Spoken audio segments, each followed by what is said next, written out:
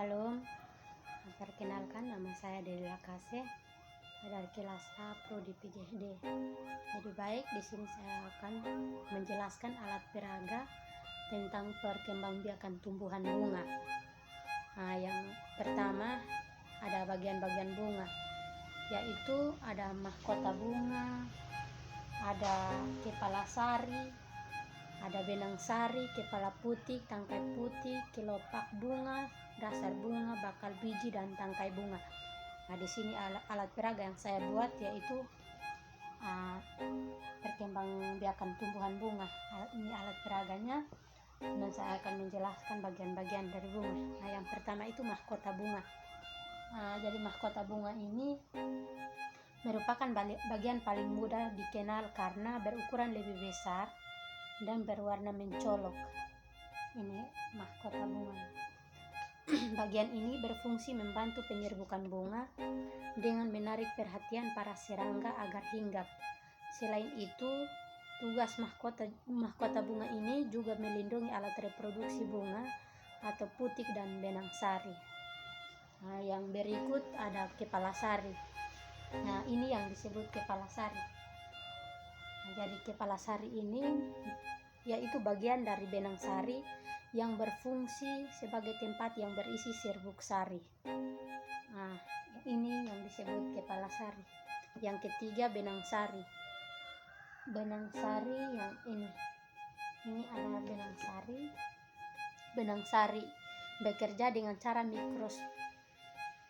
mikrosporangium dan spora haploid, yaitu pelepasan serbuk sari dengan bantuan agen penyerbukan seperti air, angin, atau serangga.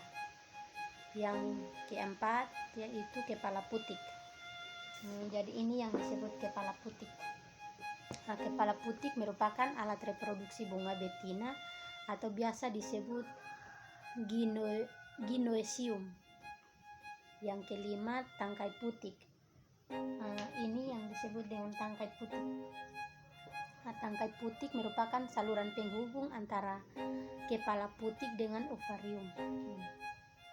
Yang keenam, kelopak bunga. Kelopak bunga ini yang disebut kelopak bunga. Kelopak bunga merupakan bagian paling luar berwarna hijau seperti daun atau kecoklatan. Jadi ini yang disebut kelopak bunga.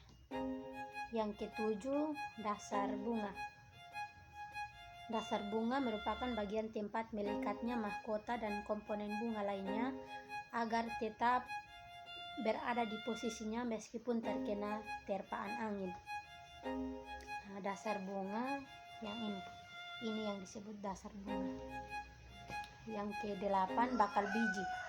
Bakal biji berfungsi melindungi sel telur dan menjadi tempat pertemuan antara sel-sel telur yang akan dibuahi. Nah, bakal biji ini yang disebut bakal biji. Dan yang terakhir itu tangkai bunga. Tangkai bunga berfungsi sebagai penyokong dan sebagai penghubung antara bunga dan ranting. Jadi ini yang disebut dengan tangkai bunga.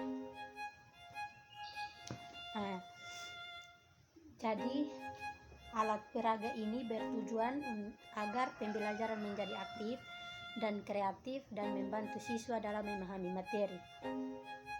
Nah, dan alat peraga ini juga dapat meningkatkan kreativitas anak, melatih daya ingat anak, dan melatih motorik halus.